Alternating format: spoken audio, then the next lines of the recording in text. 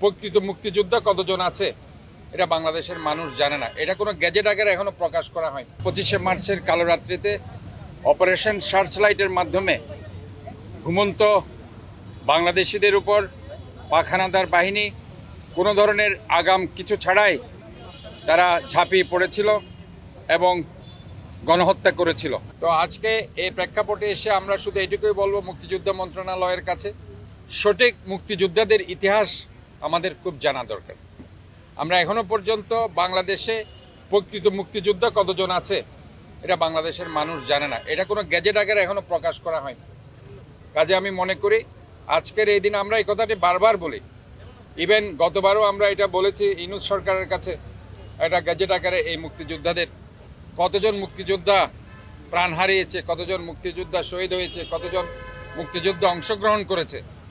আমরা আওয়ামী লীগের সময় দেখেছি যাদের বয়স মুক্তিযুদ্ধের সময় 1-2 বছর ছিল তারাও মুক্তিযোদ্ধা হয়ে গেছে, যারা জন্মগ্রহণ করেনি তারাও মুক্তিযোদ্ধার সার্টিফিকেট পেয়েছে।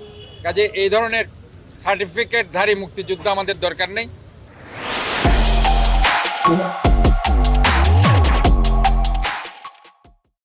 আমরা ওই ধরনের মুক্তিযোদ্ধা চাই যেসব মুক্তিযোদ্ধা সেদিন যুদ্ধে অংশগ্রহণ করেছিল, তারা যে কোনোভাবে সেদিন মুক্তিযুদ্ধে কন্ট্রিবিউশন রেখেছিল। আমরা আজকে অনেককেই বীরাঙ্গনা বলছি, অনেককে সাহস কেন বলছি, সেদিন তারা মুক্তিযোদ্ধাদের সাহায্য অনেক মহিলা আমরা দেখেছি গ্রামে গঞ্জে মুক্তিযোদ্ধাদের তারা সাহায্য করেছিল, তারা তাদেরকে খাবার দিয়েছিল, তারা তাদেরকে রসদ দিয়েছিল, তারা তাদেরকে আশ্রয় দিয়েছিল। এই ধরনের অনেক স্মৃতি আমাদের মধ্যেও আছে। আমরা দেখেছি, আমরা যদিও ছোট ছিলাম কিন্তু দেখেছি আমার নানার বাড়ি দাদার বাড়িতে কি পরিমাণ মুক্তিযোদ্ধা আশ্রয় নিয়েছিল।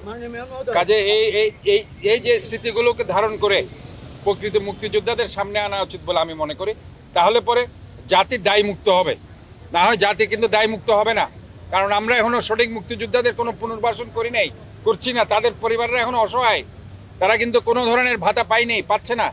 বরঞ্চ মুক্তিযোদ্ধা না যারা, তারাই এই ভাতাগুলো পেয়ে যাচ্ছে, তারা বিভিন্ন ধরনের সুবিধা ভোগ করছে, বিভিন্ন কোটাতে তারা আসছে।